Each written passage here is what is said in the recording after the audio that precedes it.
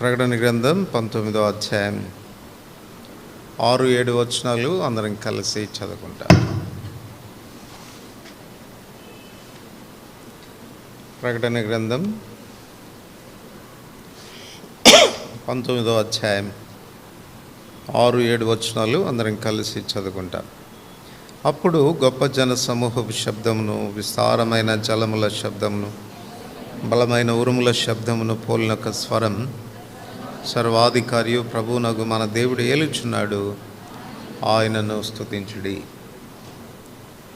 చదవండి. గొర్రెపిల్ల వివాహోత్సవ సమయం వచ్చినది, ఆయన భార్య తను సిద్ధపరచుకుని ఉన్నది గనుక మనం సంతోషపడి ఉత్సహించి ఆయనను మహిమపరచెదమని చెప్పగా వింటిని. ఆదికాండం 3వ అధ్యాయం 20వ వచనం. ఆదికాండము 3వ అధ్యాయం 20వ వచనం అందరికి కలిసి చదువుకుంటాం. ఆదాము తన భార్యకు హవ్వ అని పేరు పెట్టెను, ఏలైనగా ఆమె జీవము గల ప్రతివానికిని తల్లి. ప్రార్థన చేసుకుంటాం. ప్రేమ కలిగిన పరలోకమందున మా తండ్రి, యేసుప్రభువారి శ్రేష్టమైన నామమున ప్రభుదినంలో మీ పాదముల చెంత చేరాగలుటకు మా ఎడల మీరు కనపరిచిన మీ అపారమైన కృపను బట్టి కలిగిన ఆశీర్వాదాలు జ్ఞాపకం చేసుకుని మీ నామమును స్తుతించి మహింపరచేదానికి ఇచ్చిన ధన్యతను బట్టి వందనములు. ఇప్పుడు మీ బలను సమీపించక పూర్వం మీ వాక్య వెలుగులో మా జీవితాలు మరొకసారి పరీక్ష చేసుకోవటానికి మీరు ఇస్తున్న తరుణాన్ని బట్టి వందనాలు చెల్లిస్తూ ఉంటున్నాం. నిమిత్తం చదువుకున్న లేఖన భాగములపై మీ ఆశీర్వాదం ఉంచుము. చేరి వచ్చిన నాతో మాతో మాట్లాడుతున్నాము. మీ వాక్యము సజీవమైనది, రెండంచుల ఎటువంటి ఖడ్గం కంటే వాడైనది, ప్రాణాత్మలను కీళ్లను మూలుగును విభజించినంత మటుకు దూరుచు హృదయం యొక్క తలంపులు ఆలోచనలు సైతం పరిశీలించగలిగింది. అతి ప్రభావం కలిగిన శక్తి కలిగిన మీ వాక్యాన్ని మీరు విడుదల చేసి మా ఆంతర్యాన్ని పరీక్షించమని, మమ్మను సరిచేయమని, మీరు కోరిన అంతస్తులోనికి మమ్మల్ని నడిపించమని ప్రార్థిస్తూ ఉంటున్నాం. అట్లు యోగ్యంగా కూడా ప్రభు రొట్టెలో పాత్రలో చేయవేయడానికి మమ్మల్ని మీరు సిద్ధపరచు. మీ దయల హస్తాల్లో నన్ను మమ్మల్ని చెప్పుకుంటూ మీ దీవెనల్ని కోరుతూ యేసు ప్రభు నామమున వందనములతో ప్రార్థిస్తున్నాం తండ్రి, ఆమేన్. సర్వాధికారియు ప్రభువునగు మన దేవుడు ఏలుచున్నవాడు. ఆయన సర్వాధికారి మాత్రమే కాదు, ఆయన సర్వశక్తిమంతుడు కూడాను. ఆయన రాజ్యము శాశ్వతమైనటువంటిది, యుగయుగాలు నిలిచుండే ఆయన సింహాసనం, ఆయన రాజ్యంలో మనం కూడా పాలిభాగస్థులం. ఏం చేతనగా ఆయన మనకు అట్టి రాజ్య ప్రవేశాన్ని ఆయన కలుగచేశాడు. ఆయన రాజ్య ప్రవేశం మాత్రమే కాక ఆయన రాజ్యంలో ఆయన మహిమలో మనం ఉండాలని, ఆయనకున్న మహిమను మనం పంచుకోవాలని, అతి ఆధిక్యత గల ప్రజలంగా మనం ఒక దినాన కనపడాలనేది దేవుని దయాపూర్వకమైన సంకల్పం. కనుక రాజ్య ప్రవేశం ఉచితమని మనం వింటున్నాం. కారణం మన ప్రభు దాని కొరకు ఆయన క్రయాన్ని చెల్లించాడు. కానీ ఆ రాజ్యంలో ఉన్న మహిమ కానీ, ప్రభుతో ఏలుబడి చేసే స్థితి కానీ అది ఉచితం కాదు. దాన్ని మనం సంపాదించుకోవాలి, దాని కొరకు క్రయం చెల్లించాలి. ఏ విధానంలో మన ఆత్మీయ జీవితాన్ని మనం కొనసాగిస్తామన్న దాని మీద ఆ సింహాసనము మహిమ ఆధారపడి ఉంది. ఇక్కడ మనం గమనించి చూసినట్లయితే ఒకవైపు సర్వాధికారియు ప్రభువునగు మన దేవుడు ఏలుచున్నాడు అని చెప్పిన తర్వాత మనం సంతోషపడి ఆనందపడదాము. కారణం గొర్రెపిల్ల వివాహోత్సవ సమయం వచ్చింది. ఆయన భార్య తాను సిద్ధపరుచుకున్నది అనేటువంటి మాటలు మనం చూడవచ్చు. ఒక మాటలో చెప్పుకోవాలనంటే ఆ మహిమ కలిగినటువంటి స్థానం ఏంటి అని ఆలోచిస్తే, మహిమగల సర్వాధికారి అయిన సర్వశక్తి కలిగిన రాజు సాన్నిధ్యంలో నిలవదగినటువంటి స్థితి, రాణిగా నిలవదగినటువంటి స్థితి. అటు స్థితిని దేవుడు మనకు ప్రసాదించాలని కోరుతూ ఉన్నాడు. అది ఇక్కడ రాయబడిన మాట, భార్య తన్ను తాను సిద్ధపరచుకున్నది. సిద్ధపాటు లేనటువంటి వారు అక్కడ నిలబడలేరు, ఆ మహిమ కలిగిన స్థానంలో వారు ఉండలేరు. అంచేతనే సిద్ధపాటు మనకెంతో అవసరం. ఉదయకాలం కూడా అని చెప్తా వచ్చినాను, భౌతికంగా భార్యను సిద్ధం చేయాలంటే చాలామంది స్త్రీలు ఆమె చుట్టూ చేరుతారు. కొప్పేసేవాళ్ళు ఒకళ్ళు, దాన్ని సర్దేవాళ్ళు ఒకళ్ళు, దీన్ని సర్దేవాళ్ళు ఒకళ్ళు, రంగులు పూసేవాళ్ళు ఒకళ్ళు, నానా రకాలుగా తంటాలు పడి ఆమెను సిద్ధం చేస్తారు. కానీ బైబిల్ ఏమంటుందంటే, పరమవరుడైన ప్రభువుకు వధువు కాబోతున్నటువంటి ఆ భార్య మాత్రం తన్ను తాను సిద్ధపరచుకోవాల్సింది. ఎవరు ఆమె దగ్గరకు వచ్చి సహాయం చేయాలి, తను తాను సిద్ధపరచుకోవాలి. భార్యగా అగునట్లు పరమవరుడైనటువంటి ఆ ప్రభువుకు వధువుగా చేయబడినట్లు తను తాను సిద్ధపరచుకోవాల్సినటువంటి అవసరత ఎంత ఉంది. కనుక ఆ వధువు ఎలాంటిది, ఎలా ఉండబోతుంది అన్న సంగతులు మనము నేర్చుకోబోతున్నాం.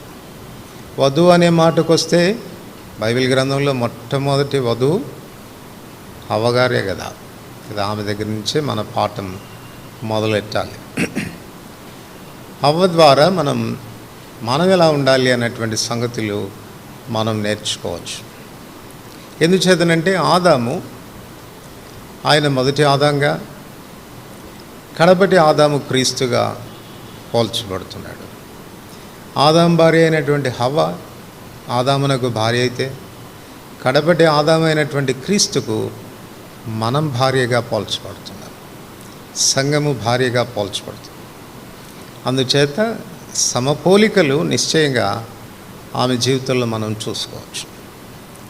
ఈ ఉదయం 3 సంగతులు, ప్రాముఖ్యమైన సంగతులు హవ్వ జీవితంలో నుండి మనం నేర్చుకోదగిన విషయాలు ఉన్నాయి. మొదటిది ఆమె గుణశీలం, ఆమె క్యారెక్టర్. రెండవది ఆమె పొజిషన్, ఆమె స్థానం. మూడవది ఆమె విషయంలో ఉద్దేశం, దేవుని ఉద్దేశం.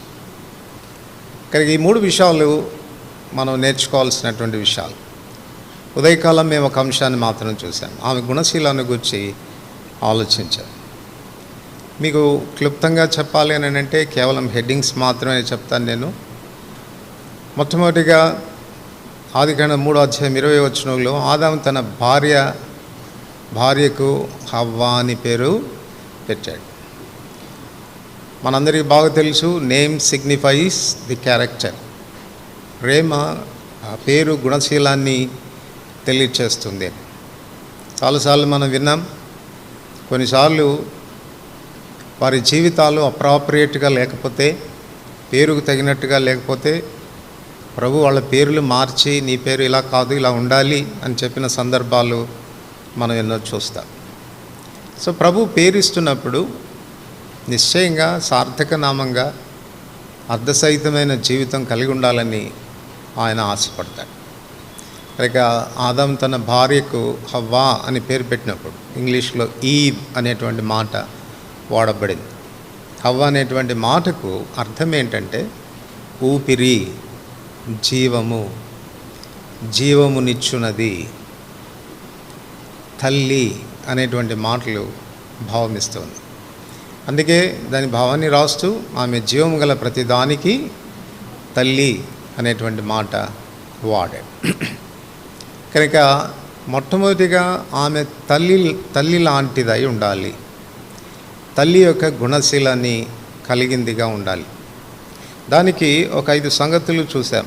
మొదటిది గలతీయులకు రాసిన పత్రిక 4:26 ప్రకారంగా పైనున్న యెరూషలేము స్వతంత్రంగా ఉన్నది, అది మనకు తల్లి అని వాడబడింది. పైనున్న యెరూషలేము ఎవరు అంటే ప్రకటన 21:1 చూస్తాము. యెరూషలేము అను పరిశుద్ధ పట్టణము తన భర్త కొరకు అలంకరింపబడిన పెళ్లి కుమార్తె వలె పైనుండి దిగి వచ్చుచుండెను అని మనం చదువుతాం. సో యెరూషలేము పెళ్లి కుమార్తె జీవము గల దేవుని సంఘానికి సూచనగా ఉంది. కనుక ఇది స్వతంత్రించబడినది, స్వతంత్రమైనది, అంటే దాస్యంలో ఉన్నది కాదు అనేటువంటి భావం ఇస్తుంది. ఆ విషయానికి వస్తే స్వాతంత్ర్యత్వ విషయానికి వచ్చినప్పుడు ఒక 4 సంగతులు చెప్పుకున్నాం. ఒకటి, పాపము నుండి స్వతంత్రత, ఫ్రీడ్ ఫ్రమ్ సిన్. రెండవది, ఓటమి నుండి విడుదల. రోమా 8వ అధ్యాయం 12వ వచనంలో ఉంటుంది. రోమా 8వ అధ్యాయం 2వ వచనంలో పాపం నుంచి విడుదల. రోమా 8వ అధ్యాయం 12వ వచనంలో మనం శరీరమునకు రుణస్థులము కాం. శరీరంలో ఏముంది అంటే పాపేచ్ఛలు మన శరీరంలో కార్యసాధకాలైనాయి. అవి మనల్ని నిత్యం లోపరుచుకోవడానికి ప్రయత్నిస్తాయి, కానీ వాటి మీద మనం విజయాన్ని సాధించాలి. వాటి నుండి మనం విడుదల పొందాలి. మూడో విషయము, రోమా 8వ అధ్యాయం 18వ వచనంలో మనకు కలగబో మహిమ ఎదుట ఇప్పటి కాలపు శ్రమలు ఎన్న తెగినవి కావు అని. శ్రమలు మన నిరుత్సాహానికి కారణమవుతాయి. మనకు ఎదురయ్యేటువంటి కష్టాలు, ఇబ్బందులు, పరిశోధనలు మనల్ని కృంగదీస్తాయి.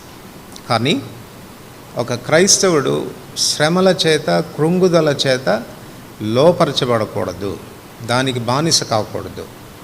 దాని నుంచి కూడా స్వతంత్రుడు కావాలి. ఆ స్వాతంత్ర్యం ఎలా వస్తుంది అనంటే మనకు కలగబో మహిమ ఎదుట అని చెప్పాడు. అంటే మనకు ముందున్న మహిమా నిరీక్షణ, మహిమను గూర్చిన నిరీక్షణ ఈ నిరుత్సాహము, కృంగుదల అనేటువంటి దాని నుండి మనల్ని విడిపిస్తుంది. తర్వాత 4వదిగా మనం గమనిస్తే ప్రతి విధమైన భయం నుండి మనకు విడుదల.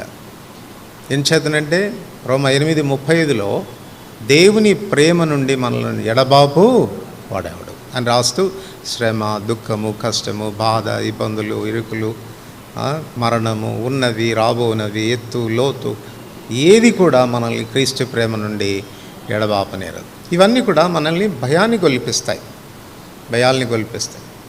కానీ ఒక క్రైస్తవుడు తన భయం నుంచి కూడా విడుదల పొందిన వాడై ఉండాలి, స్వతంత్రుడై ఉండాలి. ఎలా విడుదల పొందగలడు అనంటే 31వ వచనంలో రాస్తాడు, దేవుడు మన పక్షంగా ఉండగా మనకు విరోధి ఎవడని. సో మొదట ఆయన మన పక్షంగా ఉన్నవాడు అనేది గుర్తించాలి. రెండవది, మనల్ని నీతిమంతులుగా తీర్చువాడు కూడా ఆయనే. మూడవది, తండ్రి కుడి పార్శ్వం నుండి మన కొరకు విజ్ఞాపన చేస్తున్నవాడు కూడా ఆయనే. ఇట్టి ప్రభు, ఆయన ప్రేమ మన ఎడల కాన్స్టెంట్గా ఉంటుంది కనుక పరిస్థితులు ఏమి వచ్చినా మనం నిరుత్సాహపడాల్సినటువంటి అవసరం లేదనేది. రెండవది, ఆమె తల్లి అని చెప్తున్నప్పుడు స్వతంత్రంగా ఉన్నటువంటి తల్లిగా మాత్రమే కాక జన్మనిచ్చేటువంటి తల్లిగా ఉండాలి. గొడ్రాలైనటువంటి తల్లిగా ఉండకూడదు, జన్మనిచ్చేది. అందుకే రాశాడు, జీవం గల ప్రతి దానికి ఆమె తల్లి. ఆమె పేరులో ఉన్నటువంటి అర్థం కూడా అదే, జీవమిచ్చున్నది అని, కనునది, పుట్టించున్నది అన్నటువంటి భావాలు ఆమె పేరులో ఉండి వస్తున్నాయి. అట్లాగా జీవమిచ్చేదిగా ఉండాలనంటే, కనేదిగా ఉండాలంటే 3 ప్రాముఖ్యమైన సంగతులు మనం నేర్చుకోవాలి. ఒకటి, కన్సీవ్, గర్భధారణ. రెండవది, ట్రావెలింగ్, ప్రసవ వేదన. మూడవది, బిగెట్, కనుట. సో మొట్టమొదటి కన్సీవ్ అనేటువంటిది మాకు ఉండాల్సిన కోరికను గురించి మాట్లాడుతుంది. యాకోబు 1:15 అంటాడు కదా, దురాశ గర్భం ధరించి. అక్కడ ప్రిన్సిపల్ తీసుకుందాం మనం. దురాశ గర్భం ధరిస్తుంది, అట్లాగనే ఆశ కూడా గర్భం ధరిస్తుంది. సో గర్భధారణకు ఆశ ఉండాలి. ఆత్మీయమైనటువంటి పిల్లల్ని కనేటువంటి విషయానికి వస్తే, ప్రభు కొరకు ఆత్మలను సంపాదించే విషయానికి వస్తే మనకు మొదట ఆ డిజైర్ ఉండాలి, ఆ కోరిక ఉండాలి. అపోస్తలుడైన పౌలు అంటాడు, ఏ విధము చేతనైనా నేను కొందరిని రక్షించాలి, ఇది నాకున్నటువంటి కోరిక. వాళ్ళు ఒకవేళ రక్షించబడకపోతే వాళ్ళతో పాటు నేను కూడా శాపగ్రస్తుడిగా ఉండాలనుకుంటున్నాను. రోమా 1:13 అంటాడు, నేను ప్రతి చోట ప్రతిఫలం పొందినట్లుగా మీ మధ్యలో కూడా ఏదైనా ఫలము దొరుకుతుందేమో అని మీ మధ్యలోనికి అనేక పర్యాలు నేను రానుద్దేశించాను. ఇవన్నీ కూడా పౌలు జీవితంలో ఆత్మల కొరకైనటువంటి ఆశ, డిజైర్ని వ్యక్తపరుస్తుంది. ఇది ఉన్నంత మాత్రాన సరిపోదు, అది పరిపక్వమయ్యేటువంటి స్థితిలోనికి రావడానికి ప్రసవ వేదన అనేది అవసరమైనటువంటి విషయం. గలతీ 4:19 చెప్తాడు, క్రీస్తు స్వరూపము మీ అందు ఏర్పడు పర్యంతం నాకు మరలా ప్రసవేదన కలుగుతున్నది. మరలా ప్రసవేదన కలుగుతుంది అంటే అంతకుముందు ప్రసవేదన నేను పడ్డాను మీ కొరకు ఒకసారి అన్నటువంటి విషయాన్ని తాను తెలియచేస్తూ ఉన్నాడు. సో ఆత్మల కొరకైన ఆశ కలిగి ఉండటం మాత్రమే కాదు, వారి విషయంలో భారం కలిగి ప్రసవేదనతో ప్రార్థించేటువంటి అనుభవం కూడా మన జీవితంలో ఉండాలి. మూడవది కనుట. 1 కొరింథీ 4:15 రాస్తుంటాడు, ఉపదేశకులు 10,000 మంది ఉన్నను, తండ్రులు అనేకులు లేరు, అయితే నేను సువార్త వలన మిమ్మును కంటిని అని అంటాడు. సో ఆత్మల సంపాదన విషయంలో ఈ 3 విషయాలు మనకు అవసరం. కనుక వారి విషయంలో వారు రక్షించబడాలన్న కోరిక ఉండాలి, వారి కొరకై ప్రసవేదంతో ప్రార్థన చేయాలి, సువార్త ప్రకటించడం ద్వారా వారిని ప్రభు చెంతకు నడిపించి వారిని కనాల్సినటువంటి బాధ్యత మన మీద ఉంది. మూడవది, ఆమె పేరు ఈవ్ అని చెప్తున్నప్పుడు మదర్ అని, జీవం గల ప్రతిదానికి తల్లి అని, తల్లి అని చెప్తున్నప్పుడు మూడవదిగా యెషయా గ్రంథం 49:15 ప్రకారంగా లోకంలో మానవాళి మధ్యలో కనపరచబడే అత్యున్నతమైనటువంటి ప్రేమకు చిహ్నము తల్లి. అందుకే కదా ప్రభు అంటాడు ఏమని, స్త్రీ తన గర్భమున పుట్టిన బిడ్డను కరుణింపకుండా మర్చిపోతుందా? తనైనా మరుస్తుందేమో కానీ ఎందుకు స్త్రీనే పోల్చాడు? ప్రేమకు ఉన్నటువంటి సూపర్లేటివ్ డిగ్రీ ఆమెలో ఉంటుంది. కనుక ఒక తల్లికి అతి ప్రేమ ఉండాలి, అతి ప్రేమ చేత నింపబడిందిగా ఉండాలి. అట్లాంటి ప్రేమ చేత నింపబడితే మన వైఖరి ఎలా ఉంటుంది దానికి కొన్ని సంగతులు చూశాం. 1 రాజులు 3 సొలొమోను పరిపాలనలోకి వచ్చినప్పుడు క్రొత్త సమస్య ఒకటి సొలొమోను ఎదుర్కొచ్చింది. 2 తల్లులు ఒక్క బిడ్డను తీసుకొచ్చి ఈ బిడ్డ నా బిడ్డే, ఈ బిడ్డ నా బిడ్డే అని పొట్లాడుకుంటున్నటువంటి సందర్భంలో సొలొమోను వినియోగించిన జ్ఞానం మనకు తెలుసు. కత్తి తీసుకుని వచ్చి ఆ బిడ్డను ఖండించేసి ఇద్దరికి సమానంగా 2 భాగాలు ఇచ్చేయమన్నప్పుడు కననటువంటి తల్లి ఏమనింది చెప్పండి? రాజుగారు మీరు బాగానే చెప్తున్నారండి, అలాగే చేయండి అనింది. కానీ కన్న తల్లికి పేగులు తరుక్కుపోయి ఏమనింది? ఇక బిడ్డను చంపొద్దు, పోనీ దానికే ఇచ్చేయండి, బిడ్డ బ్రతికుంటే చాలు. కారణం ఏంటంటే కన్న తల్లి. కనుక కన్న ప్రేమ బిడ్డ యొక్క క్షేమాన్ని గురించి ఆలోచిస్తుంది, బిడ్డ సజీవంగా ఉండాలని ఆలోచిస్తుంది, ఖండించబడ్డానికి ఒప్పుకోదు, విభాగించబడ్డానికి ఏమాత్రం కూడా ఒప్పుకోదు. ఆత్మీయంగా మనం ఆలోచన చేస్తే మనం కూడా విశ్వాసుల పక్షంగా మనం ఎలా ఉండాలి అని అంటే, వాళ్ళు ఏమాత్రం విడిపోవడానికి మనం ప్రయత్నం చేయకూడదు. చాలాసార్లు ఎవరైనా 2-3 చాలా ప్రేమగా కలిసి ఉంటున్నారు అని అంటే మనం ఓర్చుకోలేము. ఏంటి వాళ్ళే కలిసి ఉంటారే, వాళ్ళే అంత జిగిరిగా ఉంటారే, ఏం పెడితే వీళ్ళ మధ్యలో విడిపోతారు అని ప్రయత్నాలు చేస్తూ ఉంటాం. దానిలో మోస్ట్ సక్సెస్ఫుల్గా కూడా అవుతుంటాం కదా. ఆ తర్వాత మనకు చాలా సంతోషం, వాళ్ళు ఎడమొఖంగా పెడమొఖంగా ఉంటే చూసావా ఎంత సాధించాను అన్నట్టుగా ఉంటాం. ఒక తల్లికి ఉండాల్సిన గుణలక్షణం కాదది. ఒక తల్లి ఎలా ఉండాలి? కలిపేటట్టుగా ఉండాలి, కలిసి ఉండేటట్టుగా చూడాలి. రెండవది, విలాపవాక్యం 4:3-4 సియోను కుమారి మీద ఆయన నేరం మోపుతూ ఈ మాట చెప్తాడు, నక్కలైన వాటి పిల్లలకు చన్నిచి పాలిస్తాయి, కానీ నా సియోను కుమారి ఏమైంది? ఎడారిలోని ఉష్ట్రపక్షి వలె అయిపోయింది, క్రూరులైంది అని అంటే దాని అర్థం ఏంటి? ఫీడ్ చేయడం, ఫీడింగ్ ఇవ్వడం, పాలివ్వటం, పోషించటం, ఒక తల్లికి ఉండాల్సినటువంటి గుణలక్షణం. మన చేత ప్రభు చెంతకు నడిపించబడినటువంటి వారి విషయంలో ఈ బాధ్యత మనకు ఉండాలి.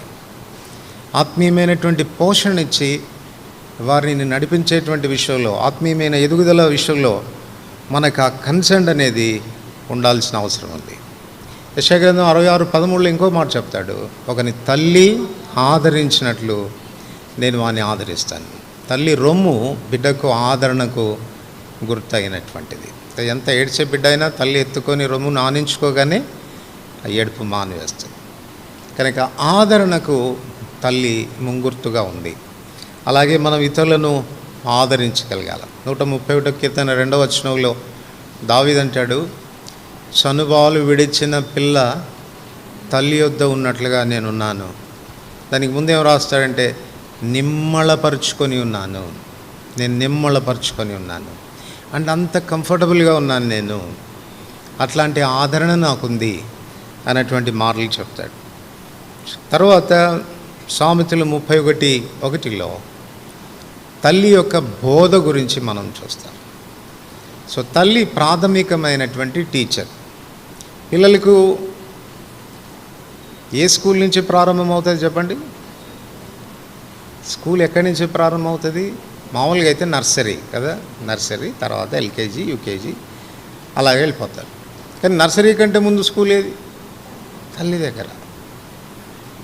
కనుక తల్లి ఆ దశల్లో తన పిల్లలకు చక్కగా బోధించాలి. 2 వ్యక్తులు జ్ఞాపకం చేశాను ఉదయకాలం. ఒకటి మోషే తల్లి, రెండవది సమూయేలు తల్లి. ఇరువురు కూడా పాలు విడవక ముందే తమ పిల్లలకు బోధించిన వాళ్ళు. కానీ ఎంత గొప్పగా తమ పిల్లల మీద ఆ తల్లి చేసిన ఉపదేశం అనేది ప్రభావం చూపించిందో మనం చూడవచ్చు. 4వది ఈవ్ అని చెప్తున్నప్పుడు అనే మాటకు హెబ్రీ భాషలో వస్తున్నటువంటి అర్థం ఏముంది అని అంటే,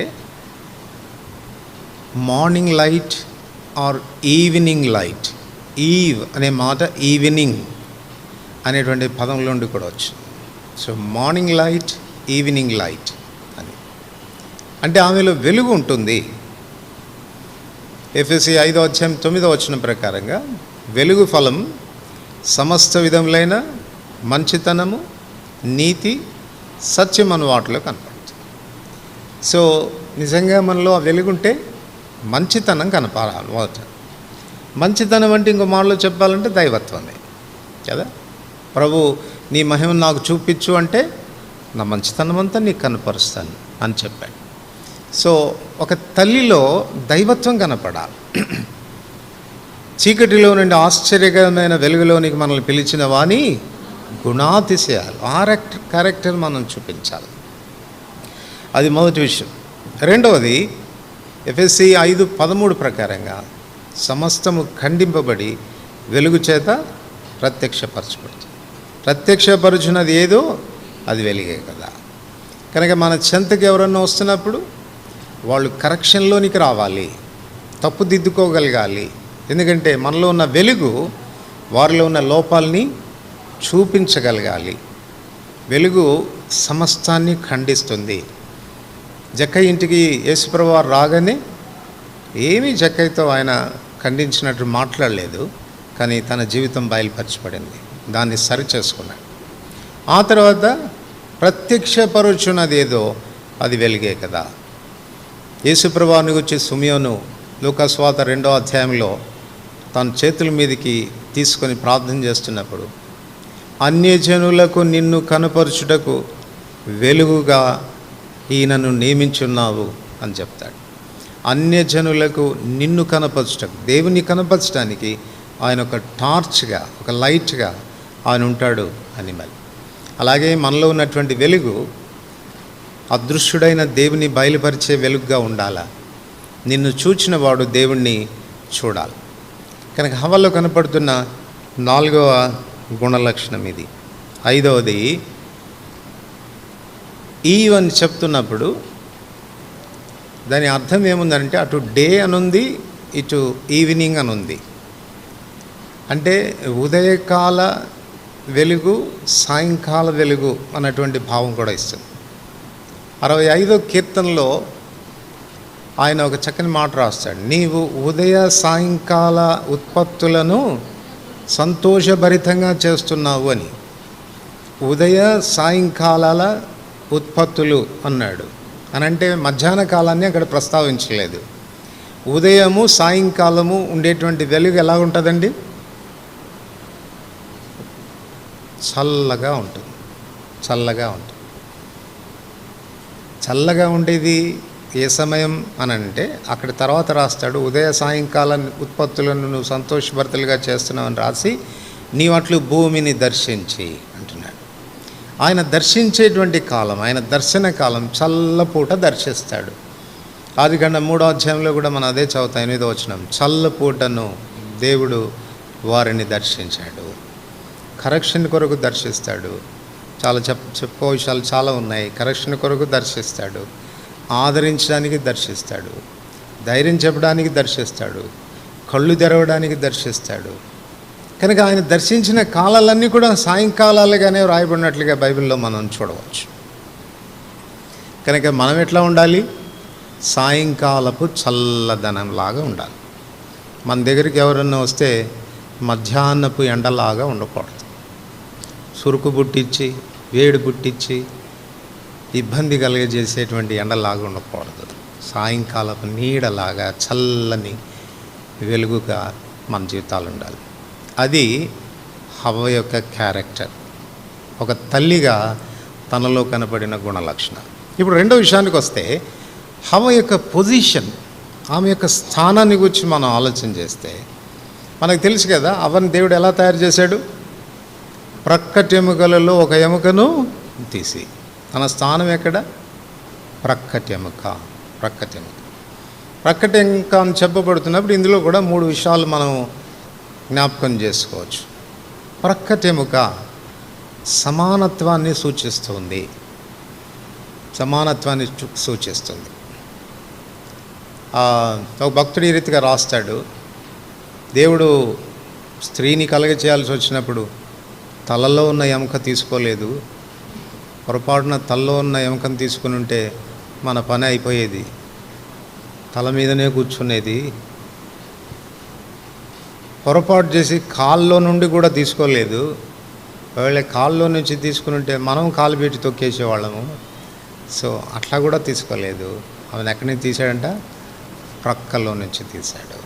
సో షీఈస్ ఈక్వల్, సమానమైనది అన్నటువంటి విషయాన్ని రుజువుపరచడానికి.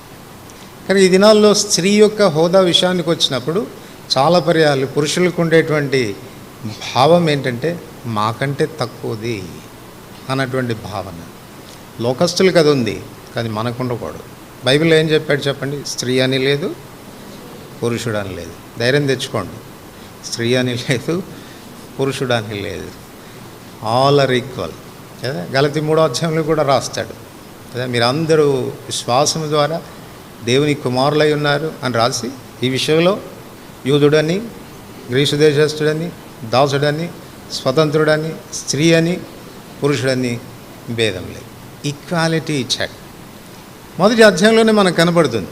ఆదికాండం 1వ అధ్యాయం 27వ వచనం చదవండి. ఆదికాండం 1వ అధ్యాయం 27వ వచనం. దేవుడు తన స్వరూపమందు నరుని సృజించను, దేవుని స్వరూపమందు వారిని సృజించను, స్త్రీని గాను పురుషుని గాను వారిని సృజించను. దేవుడు తన స్వరూపమందు వానిని సృజించను, స్త్రీని గాను పురుషుని గాను వారిని సృజించను. పోలిక విషయానికి వస్తే, స్వరూపం విషయానికి వస్తే, స్త్రీ ఎవరి పోలిక? ఎవరి స్వరూపం? దేవుని స్వరూపమే. మనుషుడు ఎవరి పోలిక? దేవుని పోలిక. ఏం వ్యత్యాసం ఉంది? సో పోలిక విషయానికి వస్తే, స్వరూప విషయానికి వస్తే no difference. Both are created in the same manner, just like him. ఆయనను పోలి ఆ పోలికలోనే వాళ్ళు ఇరువురు కలగచేపడ్డారు. అధికారం విషయానికి వస్తే 28వ వచనం, దేవుడు వారిని ఆశీర్వదించను, ఎట్లనగా మీరు ఫలించి అభివృద్ధి పొంది ఏలుడి అని వారితో చెప్పాడు. ఏలిక విషయానికి వస్తే దేవుడు వారితో అంటే ఎవరితో? ఒక ఆదాంతో మాత్రమే చెప్పలేదు. నువ్వు ఫలించి అభివృద్ధి పొందు, విస్తరించి భూమి నిండించి లోపరుచుకో, సముద్ర చేపలు, ఆకాశ పక్షులన్నింటినీ ఏలు అని ఒక్క ఆదాంతో మాత్రం దేవుడు వారితో చెప్పాను. They both are equal in position, in authority. పరిపాలించేటువంటి విషయానికి వస్తే కూడా దేవుడు వారిని సమానంగా ఎంచాడు. గలతీయులకు రాసిన పత్రిక 3వ అధ్యాయం, గలతీయులకు రాసిన పత్రిక 3వ అధ్యాయం 28వ వచనంలో స్త్రీ అని లేదు, పురుషుడు అని లేదు రాసిన తర్వాత 29వ వచనం, మీరు క్రీస్తు సంబంధులైతే ఆ పక్షమందు అబ్రహాము యొక్క సంతానమై ఉండి వాగ్దాన ప్రకారం వారసులై ఉన్నారు. ఈక్వల్ హెయిర్షిప్, సమానమైన వారసత్వపు హోదా కదా. మామూలుగా అయితే ఆడపిల్లలకి మగపిల్లలకి ఇచ్చినంత ఇయ్యరు, సరే, ఆడపిల్లలకి మగపిల్లలకి ఇచ్చినంత ఇయ్యరు. పక్షపాత ధోరణి కనపడుతుంది, పక్షపాత ధోరణి కనపడుతుంది. వాడు మగపిల్లోడండి అంటారు. మగపిల్లోడైతే కొమ్ములు ఏమైనా వచ్చినాయా? లేదు కదా. దేవుడు సమానమైన రూపం ఇచ్చాడు, సమాన అధికారం ఇచ్చాడు, సమాన వారసత్వపు హోదా కూడా వాళ్ళకి ఇచ్చాడు. అందుకే విశ్వాసులైన తల్లిదండ్రులు మీ ఆస్తిపాస్తులు పంచిపెట్టేటప్పుడు జగడాలు లేకుండా అందరికీ సమానంగా పంచండి. ఆడపిల్లలైనా మగపిల్లలైనా. మగపిల్లలే ఉన్నారు కాబట్టి ఏ బాధ లేదనుకుంటే పర్వాలేదు. కానీ మగపిల్లలు ఆడపిల్లలు కలిగినటువంటి వాళ్ళు సమానంగా వారికి పంచడం అనేది వాక్యానుసారమైనటువంటి విషయం. అయితే ఇక్కడ మనం ఆత్మీయంగా నేర్చుకునేటువంటి పాఠం ఏంటంటే, షీఈస్ ఈక్వల్ విత్ ఆడమ్. ఆదాముతో సమానమైనటువంటిది, అది ఆమె యొక్క పొజిషన్. ఆదాముతో సమానంగా హవ్వను కలుగచేసినటువంటి దేవుడు ఈ దినాన ఆయనకు వధువుగా చెప్పబడుతున్నటువంటి మనల్ని తనతో సమానంగా ఎంచబోతున్నాడు. అది చాలా గొప్ప సంగతి. హవ్వ ఆదాముతో సమానమైతే పర్వాలేదు, కానీ నీవు నేను పరమవరుడైన ప్రభుతో సమానంగా ఉంటామా? సమానస్తులుగా అసలు ఎంచుకోగలమా? అంత ధైర్యం ఉందా నీకు? ఈ మాటలు చదువుతున్నప్పుడు ధైర్యం చాలట్లేదు నాకు. ఎక్కడబ్బా ఆయనతో సమానంగా ఉండేది? అంత హోదా ఎక్కడ వస్తుంది అన్నటువంటి అనుమానం కలుగుతుంది. కానీ మన ప్రభు యొక్క ఉద్దేశం అది. ఆయనతో సమానంగా ఉండాలి, సమానమైన మహిమను పంచుకోవాలి. ఎఫెసీయులకు రాసిన పత్రిక 4వ అధ్యాయం, ఎఫెసీయులకు రాసిన పత్రిక 4వ అధ్యాయం 11-12 వచనాలు కలిసి చదువుకుందాం. ఎఫెసీ 4వ అధ్యాయం 11-12 వచనాలు కలిసి చదువుదాం. మనమందరము విశ్వాస విషయంలోనూ దేవుని కుమారుని గురించిన జ్ఞాన విషయంలోనూ ఏకత్వం పొంది సంపూర్ణ పురుషుల మగు వరకు, అనగా క్రీస్తునకు కలిగిన సంపూర్ణతకు సమానమైన సంపూర్ణత కలవార మగు వరకు ఆయన ఇలాగూ నియమించను. సో క్రీస్తునకు కలిగిన సంపూర్ణతకు సమానమైన సంపూర్ణత, వీఆర్ ఈక్వల్ విత్ హిమ్. సమానమైనటువంటి సంపూర్ణతలోనికి ప్రభు మనల్ని తీసుకొని రావాలనుకుంటాడు. కొలసి 2:9-10 వచనాలు ఎవరైనా చెప్తారో చూడకుండా? ఓ సంవత్సరం అంతా చెప్పాము దీని మీద పాఠాలు. కొలసి 2:9-10 వచనాలు. దైవత్వం యొక్క సర్వ పరిపూర్ణత శరీరముగా క్రీస్తునందు నివసించుచున్నది. 10వ వచనంలో ఆయన యందు మీరును సంపూర్ణులై ఉన్నారు. సో దైవత్వం యొక్క సంపూర్ణత, ఆయన యొక్క మహిమ, ఆయన యొక్క పోలిక కంప్లీట్గా మనలో ఒక దినాన కనపడుతుందంట. అంచేతనే పరలోకానికి వెళ్ళిన తర్వాత నాకు అనిపిస్తుంది, క్రీస్తు ఎవరో మనం వేరే వాళ్ళు ఎవరో అన్నటువంటి విషయాన్ని గుర్తుపడతామో లేదో అని అనిపిస్తుంది. అటువంటి స్థితిలోనికి ప్రభు మనల్ని తీసుకొని రావాలనేది ఆయన దయాపూర్వకమైన సంకల్పం. సో మన పొజిషన్ అది. We are equal with him. సమానంగా మనం ఉండబోతున్నాం, ఆ మహిమలో ఆయనతో సమానంగా ఉండబోతున్నాం. కానీ ఎప్పుడు? అదే రాశాడు ఎఫెసీ 4వ అధ్యాయం 11-12 వచనాలు రాసిన తర్వాత, ఇట్లాంటి సంపూర్ణతలోనికి మనం రావడానికి ఆయన సంఘంలో వీరందరినీ పెట్టాడు. అపోస్తలు, ప్రవక్తలు, సువార్తికులు, కాపరులు, ఉపదేశకుల్ని దయచేసి వారి వారి పరిచర్య ధర్మం ద్వారా అట్టి సంపూర్ణతలోనికి మనల్ని తీసుకొస్తున్నాడు. ఈ దినాన నువ్వు ఆ పరిచర్య ధర్మం అనేది నీ విషయంలో జరిపించబడకపోతే, అపోస్తల ధర్మం, సువార్తికుల ధర్మం, కాపరుల ధర్మం, ఉపదేశకుల ధర్మం నీ విషయంలో జరగకపోతే నువ్వు అట్టి సంపూర్ణతలోనికి రావడం అనేది సాధ్యం కాదు. నో యువర్ పొజిషన్, నీ స్థానం ఎరుగు. నువ్వు ఎక్కడ ఉండాలని ప్రభు కోరుకుంటున్నాడో తెలుసుకో. ఆయనతో ఈక్వల్గా నువ్వు ఉండాలని, ఆయన మహిమను సమానంగా నువ్వు పంచుకోవాలని ఆయన కోరుతా ఉన్నాడు. కనుక వీటిని మనం వినియోగించాలి. ఆ మాటలు చదువుకుందాం మనం. ఎఫెసీ 4:13 అందరికీ కలిసి. పరిశుద్ధులు సంపూర్ణులగునట్లు క్రీస్తు శరీరం క్షమాభివృద్ధి చెందుటకు పరిచర్య ధర్మం జరుగుటకు ఆయన కొందరిని అపోస్తలుగాను, కొందరిని ప్రవక్తలుగాను, కొందరిని సువార్తికులుగాను, కొందరిని కాపరులుగాను నియమించును. అందువలన మనం ఇక మీదట పసిపిల్లలమైండి మనుషుల మాయోపాయముల చేత వంచనతోనూ తప్పు మార్గమునకు లాగు కుయుక్తితోనూ గాలికి కొట్టుకొని పోనట్లు కల్పింపబడిన ప్రతి ఉపదేశానికి ఇటు అటు కొట్టుకొని పోవచ్చు. అలల చేత ఎగరగొట్టబడిన వారమైన ఉండక ప్రేమ కలిగి సత్యం చెప్పచ్చు క్రీస్తు వలె ఉండుటకు మనం అన్ని విషయంలో ఎదుగుదాము. సో క్రీస్తు వలె ఉండుటకు మనం అన్ని విషయాల్లో ఏం కావాలి? ఎదుగుతూ రావాలి. రెండవది, ఆమె స్థానం ప్రక్కటెముక అని చెప్పబడుతున్నప్పుడు చేతి క్రింద ఉన్నది, చేతి క్రింద ఉంది. అండర్ హిస్ ఆర్మ్, తను చేతి క్రింద ఉన్నది. ఇది దేని గురించి మాట్లాడుతుందంటే అది ఆయన హస్తం యొక్క భద్రతలో ఉంది అని అర్థం. ఆయనకు వధువుగా మనం ఉండాలని కోరితే రెండో విషయం మనం గుర్తుపెట్టుకోవాల్సిన, మన స్థానంలో ఉండాల్సిన రెండో విషయం ఏంటంటే ఆయన చేతి క్రింద దాచబడినటువంటి అనుభవం అనేది మనకు ఉండాలి. To be protected by him, ఆయన ద్వారా భద్రపరచబడేటువంటి అనుభవంలో మనం ఉండాల్సినటువంటి అవసరం ఉంది. యెషయా గ్రంథం 49:2 యెషయా తన్ను గురించి రాస్తూ ఏం చెప్తాడు చూడండి.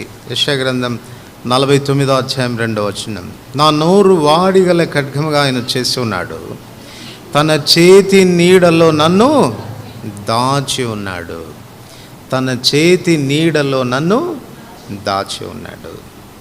32 కీర్తన 6-7 విస్తారమైన జల ప్రవాహములు పొరలి వచ్చి నన్ను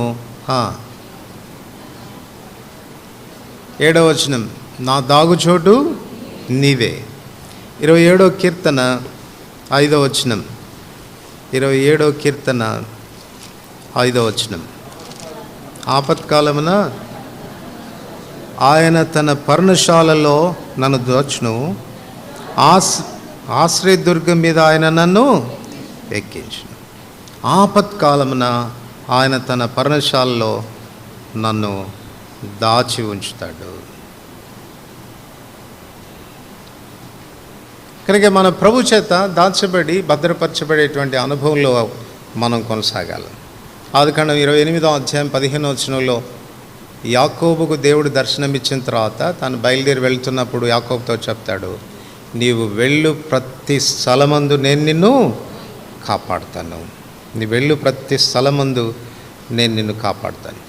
నిర్గమాకాండం 23 నిర్గమాకాండం 23 20 నిర్గమాకాండం 23 20 ఇదిగో త్రోవలో నిన్ను కాపాడి నేను సిద్ధపరిచిన చోటుకు నిన్ను రప్పించుటకు ఒక దూతను నీకు ముందుగా పంపుచున్నాను.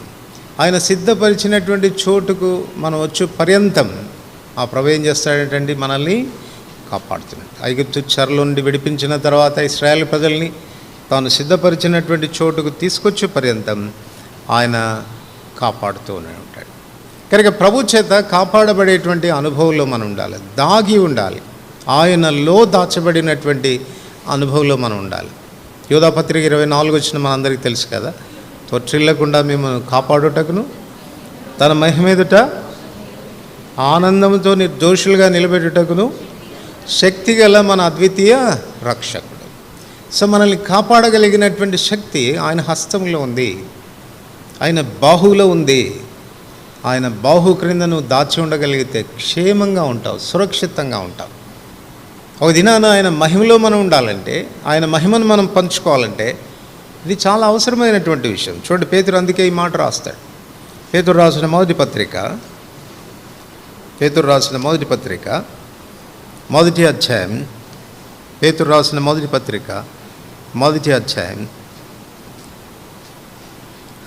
5వ వచనం, కడవరి కాలమందు బయలుపరచుటకు సిద్ధంగా ఉన్న రక్షణ మీకు కలుగునట్లు విశ్వాసం ద్వారా దేవుని శక్తి చేత కాపాడబడు మీ కొరకు ఆ స్వాస్థ్యం పరలోకమందు భద్రపరచబడింది. సో దేవుని శక్తి చేత కాపాడబడేటువంటి మన కొరకు ఆ స్వాస్థ్యం పరలోకంలో భద్రపరచబడింది.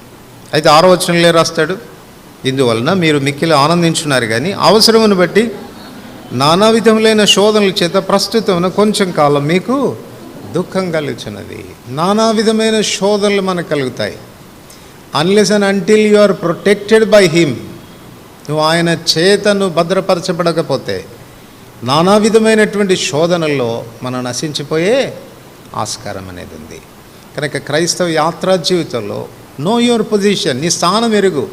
ఎక్కడికంటే అక్కడికి పోమాకు. నువ్వు ఆయన ప్రక్కటెముక, ఆయన హస్తం క్రింద ఉండాల్సినటువంటి వాడవు.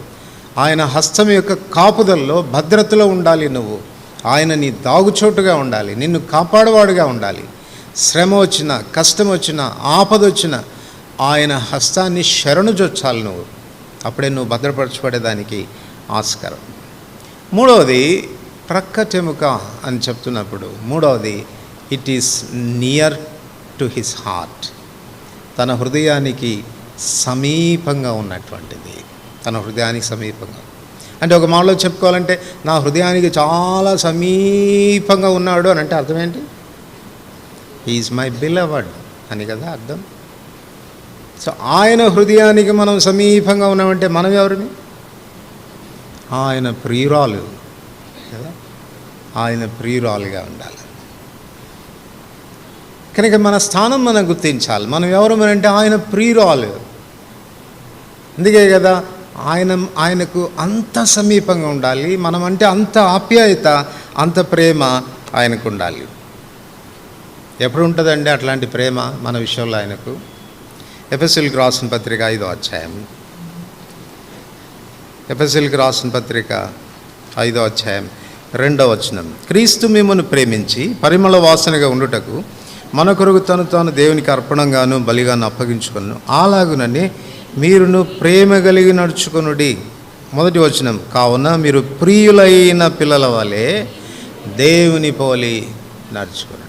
మనం ఆయనకు ప్రియురాలుగా ఉండాలంటే, ఆయనకు ప్రియమైన పిల్లలుగా బిలవడుగా ఉండాలనంటే ఏం చేయాలా? ఆయనను పోలి నడుచు. ఆయన ఒకలాగా ప్రవర్తిస్తాడు, మనం ఒకలాగా ప్రవర్తిస్తాం. ఆయన ఒకలాగా స్పందిస్తాడు, మనం ఒకలాగా స్పందిస్తాం.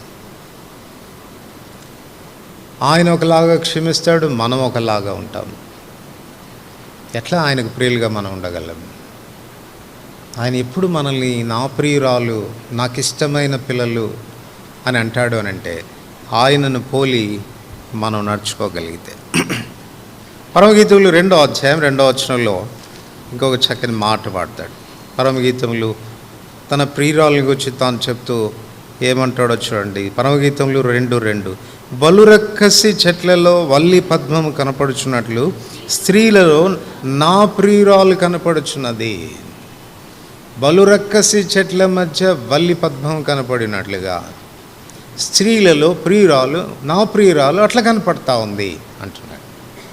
బలురక్కసి చెట్ల మధ్య ఉండే వల్లి పద్మం యొక్క స్థితి ఏంటి చెప్పండి? చుట్టూ బలురక్కసి చెట్లు, ముళ్ళ తుప్పలు, వాటి మధ్యలో ఈ లిల్లీ పుష్పం, వల్లి పద్మం. దాని పొజిషన్ ఎట్లుంటుంది? కొంచెం గాలి వీసి అటుపోతే ఆ ముళ్ళు కూర్చుద్ది, మళ్ళీ కొంచెం ఇటు ఒరిగిందా ఈ ముళ్ళు కూర్చుద్ది. గుచ్చుతావా నీ సంగతి చూస్తాను అందు. ఏది? వల్లి పద్మం. ఏం చేస్తుంది? ఇంకా దాని పరిమళాలు వెదజల్లుతుంటుంది, దాని పరిమళాలు వ్యాపింపజేస్తుంది. ఇది దేని గురించి మాట్లాడుతుందని చెప్పుకోవాలి మనం అని అంటే, మన చుట్టూ కీడు చేసే వాళ్ళు ఉంటే కూడా రిటాలియేషన్ ఉండకూడదు, పగ తీర్చుకునే మనస్తత్వం ఉండకూడదు, నాకు మాత్రం అవకాశం రాకపోతుందా నీ సంగతి చూస్తాను అన్నట్టుగా ఉండకూడదు, ఆ స్వభావమే ఉండకూడదు. అట్లాంటిది ఆయన ప్రియురాలు కానేరాదు.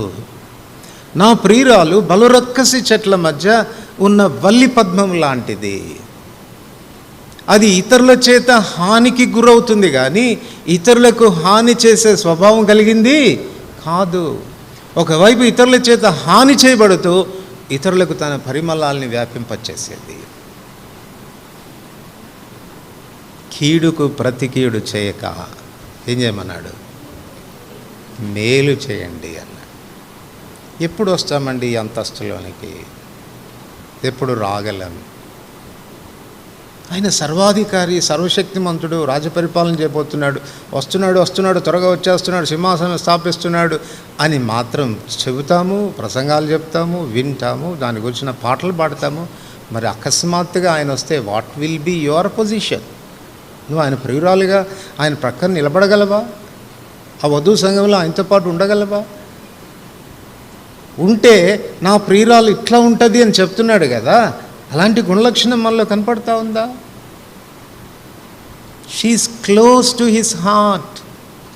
తన హృదయానికి బహు సమీపమైనటువంటిది, అత్యంత ప్రియమైనది తన ప్రియురాలు. అదే పరమగీతం 4వ అధ్యాయం 7వ వచనం. పరమగీతులు 4వ అధ్యాయం 7వ వచనం. నా ప్రియురాలా, నీవు అధిక సుందరివి, నీ అందు కళంకమేమీ లేదు. నీవు అధిక సుందరివి, నీ అందు కళంకమేమీ లేదు. సో ప్రభు యొక్క ప్రియురాలకు ఉండే మరొక లక్షణం ఏంటండి? షీఈస్ వెరీ బ్యూటిఫుల్ కదా, చాలా అందమైనది. ఆ అందాన్ని గురించి చెప్తూ ఏమంటున్నాడనంటే, కళంకం లేనిది, స్పాట్ లేదు నీలో, ఒక్క మచ్చైనా చూద్దామంటే లేదు, కనపడడం లేదు. ఎవరిని గురించి మాటలు చెప్పగలడు? మనలో ఎవరిని గురించి చెప్పగలడు అని అంటే, ఆ ప్రభు చేత ఎవరైతే సిద్ధపరచబడతారో వాళ్ళని గురించి ఆయన ఈ మాట చెప్పగలడు. ఎందుకు ఈ మాట చెప్తున్నా అంటే, ఎఫెసీ 5వ అధ్యాయం 25-27 వచనంలో, అటువలే క్రీస్తు సంఘమును ప్రేమించి అది కళంకమైనను ముడతైనను అట్టిది మరి ఏదైనాను లేక నిర్దోషమైనదిగా మహిమగల సంఘంగా ఒక దినాంతాన్ని తన ఎదుట నిలబెట్టుకుంటాడు. అంటే వాషింగ్ ప్రాసెస్ గుండా పోవాలి.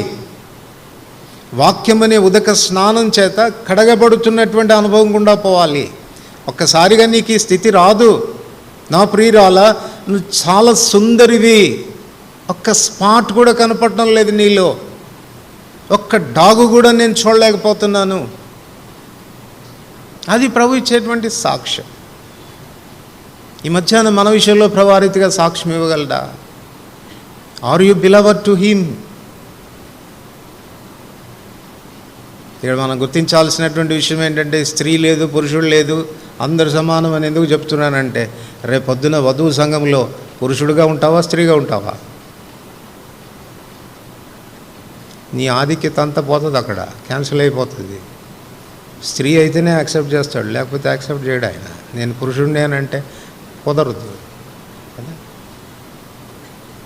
సో అందుచేత ఇది స్త్రీలకు పురుషులకు కూడా మా అందరము స్త్రీలతోనే సమానం, ఆయన వధువుతో సమానం. కనుక అధిక సుందరివి నా ప్రియురాలా అని చెప్తున్నప్పుడు it applies to even brothers, సహోదరులకు కూడా అది అన్వయించుకోదగింది కనుక ఉన్నది.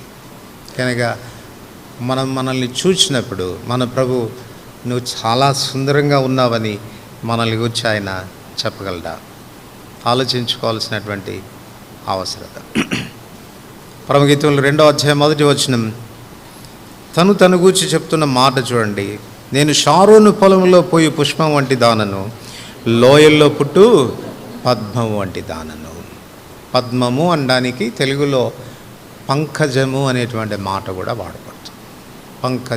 పంకజము అంటే అర్థం ఏంటంటే బురదలో పుట్టున్నది అని అర్థం. ఎక్కడ పుడుతుందంట? బురదలో పుడుతుంది. కానీ ఎట్లా ఉంటుంది? తెల్లగా ఉంటుంది. పుట్టింది బురదలో కానీ చాలా పవిత్రంగా ఉంటుంది. మనం కూడా లోకం అనే బురదలోనే ఉంటాం, కానీ ఎట్లా ఉండాలా? స్పాట్ కూడా ఉండకూడదు, కలంకం ఏమాత్రం మచ్చ నీలో కనపడడానికి వెళ్ళలేదు. ప్రభు చూచే సౌందర్యం అది, ప్రభు చూచే సౌందర్యం అది. సో అట్టి సౌందర్యాన్ని మనం కలిగి ఉండడానికి ఎవరైతే ఇష్టపడతారో వాళ్ళే ఆయనకు ప్రియురాలుగా ఉంటారు.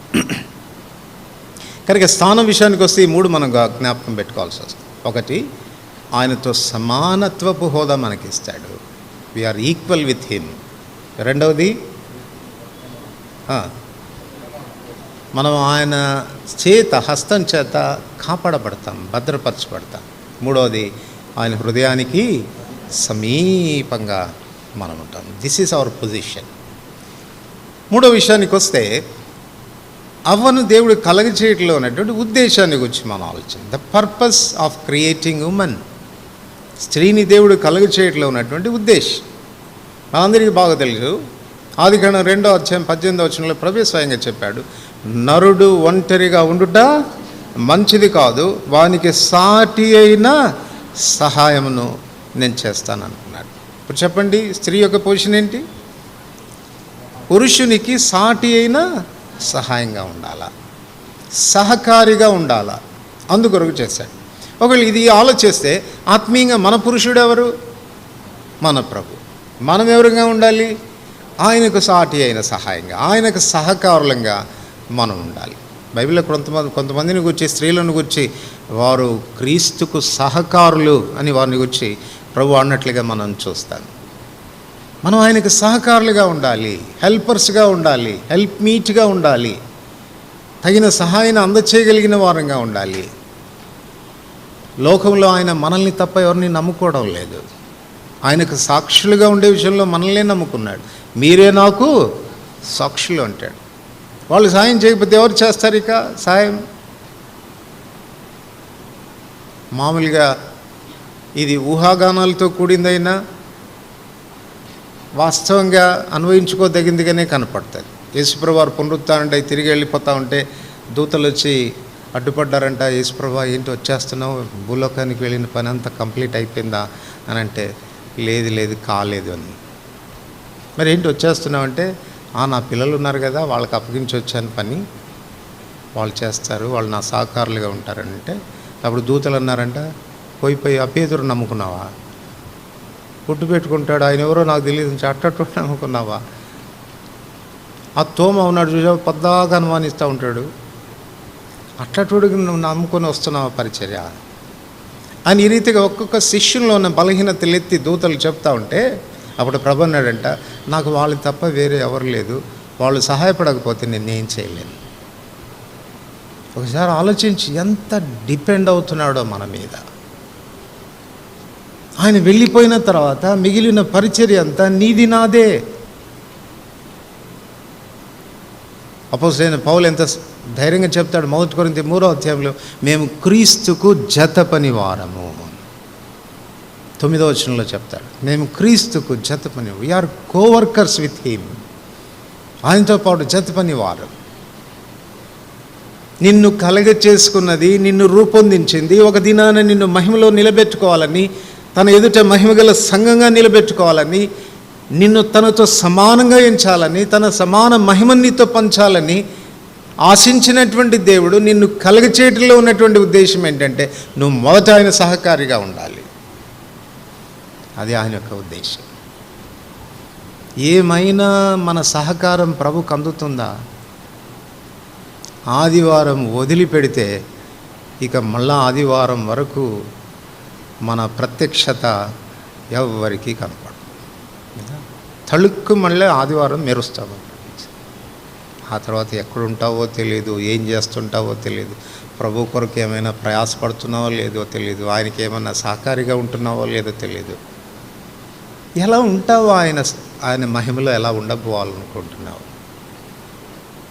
నిన్ను కలగజేసింది ఆ ఉద్దేశంతోనే కదా. నీ విషయంలో ఆయన ఉద్దేశం అది కదా. ఆయనకు సహకారిగా హెల్ప్ మీట్గా ఉండాలని కదా చేసింది. ఏమైనా ఆయన తలంపులు ఎరుగుతున్నావా? ఆయన అక్కరేంటో తెలుసుకుంటున్నావా? ఆయన అవసరత ఏంటో తెలుసుకుంటున్నావా? ప్రభా, in what way I can help you అని ఏమైనా అడుగుతున్నావా? కదా, హోటల్స్లో రిసెప్షనిస్టులు ఉంటారు, మనం పోగానే in what way I can help you sir అంటారు.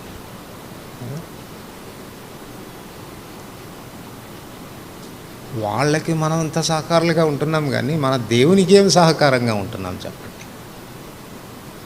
ఆయన ఉద్దేశాలు ఎరిగి, ఆయన తలంపులు ఎరిగి, ఆయన అవసరత ఏంటో తెలిసి, ఆయన పని ఏంటో తెలుసుకొని, దానిలో నా వంతు ధర్మం ఏంటో అని తెలుసుకొని సహకారిగా ఉండడం అనేది మన మీద ఉన్నటువంటి బాధ్యత. అది మన విషయంలో ఆయన యొక్క ఉద్దేశం. రెండవదిగా మనం చెప్పుకుంటే, ఆమె పడడంలో ఉన్న ఉద్దేశం ఏంటి అని అంటే, ఆదాము దినాల్లో అద్దాలు లేవు కదా, ఉన్నాయా? మనకులాగా పెద్ద పెద్ద అద్దాలు, చిన్న చిన్న అద్దాలు, పర్సులో పెట్టుకునే అద్దాలు అట్లాంటివి కూడా లేవు పాపం ఆయనకి. ఇప్పుడు ఆదాము తను చూసుకోవాలంటే ఎక్కడ చూడాలా? హవ్వలో చూడాలా. అందుకే అవ్వను చూడగానే నా ఎముకలలో ఒక ఎముక, నా మాంసంలో మాంసము, నువ్వు నాలో నుంచే తీయబడ్డావు అంటే, ఇంకో మాటలో చెప్పుకోవాలంటే హవ్వ నువ్వు నేనే అని చెప్పటం. అంచేత ఇప్పుడు ఆదాం తను చూసుకోవాలంటే ఎవరిని చూసుకోవాలా? హవ్వను చూసుకోవాలా. ఎంత బాగున్నావు అని అన్నాడు అనుకో ఆదాం, అంటే నేనెంత బాగున్నాను అని చెప్పుకోవటమే. ఇది మనకేం పాఠం నేర్పిస్తుంది చెప్పండి? హవ్వ కొరకు, ఆదాం కొరకు హవ్వను తయారు చేసినప్పుడు దేవుని యొక్క ఉద్దేశం ఏంటంటే, ఆదాము తన స్వరూపాన్ని అవ్వలో చూసుకోవాలని, ఆ పోలిక తనలో కనపడాలని. అమ్మ నువ్వు నేను వేరు కాదు, నువ్వే నేను, నేనే నువ్వు అని ఆనందపడ్డాడు ఆదాం. ఈ దినాన ఒకవేళ ప్రభు మనల్ని చూస్తే, పెళ్లి కుమార్తె సంఘంగా పిలువబడుతున్న మనల్ని చూస్తే, అమ్మ నువ్వే నేను అంటాడా? కనీసం కొంచెం ముక్కన్న కనపడుతుందా ఆయనలాగా? కొన్ని కళ్ళు ఎత్తుక్కుంటే కూడా దొరకదే ఏంటి? ఆయన సారూప్యత. ఎలా చెప్తాడు చెప్పండి? నువ్వే నేను, నువ్వే నేను అని. హవ్వను ఆదాం కొరకు కలగచేయడంలో ఉన్న దేవుని ఉద్దేశం అది. నేను చాలాసార్లు చెప్పాను, మళ్ళీ ఒకసారి చెప్తాను. నాకు మొట్టమొదటి కొడుకు పుట్టినప్పుడు చాలామంది ఏమన్నారంటే, అచ్చం అన్నలాగానే ఉన్నాడు అన్నారు. నాకు చాలా సంతోషం వేసింది, నాలాగున్నాడంట. 3 నెలల తర్వాత అన్నారు, లేదు కొంచెం అక్కలాగా కనపడుతున్నాడు. ఇంత సగం పోయింది. ఏంటి సంతోషం. మళ్ళీ ఒక సంవత్సరం తర్వాత అన్నారు, లేదు కొంచెం అన్నలాగానే కనపడుతున్నాను. వాస్తవం చెప్పాలంటే వాళ్ళు ఏమీ కనపడవు నా స్వరూపం. ఎత్తుక్కోవాలి. ఏంటి ఎక్కడబ్బా నాలాగా ఉన్నాడు అంటున్నారే, ఏం కనపడుతుంది వీళ్ళలో అని ఎత్తుక్కుంటే ఏదన్నా కొంచెం అక్కడక్కడ కనపడవచ్చు. మన దేవుడికి కూడా అదే. నా ఎముకల్లో ఎముక, నా మాంసంలో మాంసమా, నువ్వు అసలు వేరుగా తల్లి, నేనే నువ్వు అని చెప్పడానికి ఏమైనా వెతుక్కుంటే కొంచెమన్నా కనపడుతుందా? ఆయన సారూప్యత, ఆయన పోలిక, ఆయన వలె ఉండాల, ఆయన దానిగా ఉండాల, ఆయన వలె ఉండాల. అది ఆయన ఆశ. That is his purpose. భూమి మీద బ్రతికే దినాలంతా కూడా ఆయనకు సహకారులుగా ఉండాలి. భూమి మీద బ్రతుకుతున్నంత కాలం నిన్ను చూచిన వాడు ఆయనను చూచినట్టు ఉండాలా కదా. కొంతమంది పిల్లల విషయంలో చెప్తాం, రే నిన్ను చూస్తుంటే మీ నాయన్ని చూడాల్సిన అవసరం లేదురా, మీ అమ్మను చూడాల్సిన అవసరం లేదురా, అచ్చం అట్లాగనే ఉన్నావురా అంటారు. భౌతికంగా ఆ రీతిగా కనపడితేనే అంత సంతోషం అయితే, మన ప్రభువుకు ఆయన పోలిక మనలో కనపడితే ఇంకెంత సంతోషిస్తాడు, ఎంత సంతోషిస్తాడు. కనుక అది మనం గుర్తించాల్సినటువంటి విషయం. పర్పస్లో 3వ విషయానికి వస్తే చదవండి ఒక మాట. సామెతలు 12వ అధ్యాయం, సామెతలు 12వ అధ్యాయం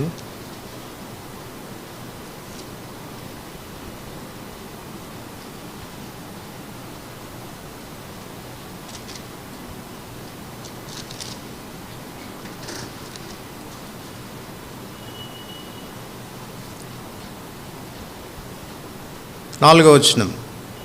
యోగ్యురాలు తన పెనిమిటికి కిరీటము, సిగ్గు తెచ్చినది వాని ఎముకలకు కుళ్ళు. యోగ్యురాలు తన పెనిమిటికి కిరీటం.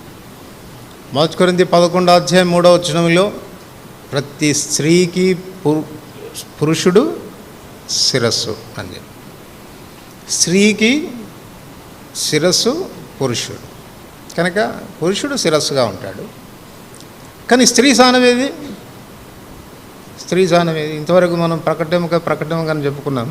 కానీ ఇప్పుడు స్త్రీ స్థానం ఎక్కడ ఉండాలంట? నెత్తి మీద ఉండాలి.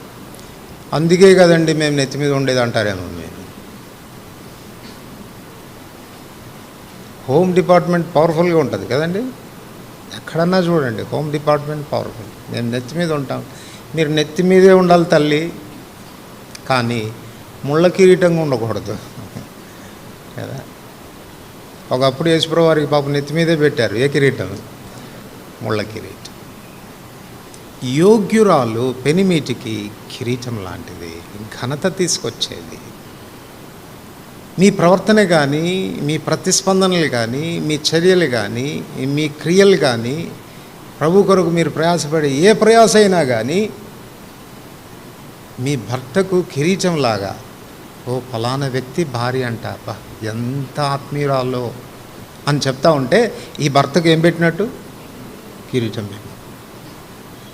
అబ్బో ఫలానా ఆయన భార్య అంట, నాయనో రాక్షసండి అని చెప్తే భర్తకు కిరీటం పెట్టినట్టే. ఏ కిరీటం? ముళ్ళ కిరీటం. పర్పస్ ఉంది, మనల్ని కలగ చేయడంలో పర్పస్ ఉంది.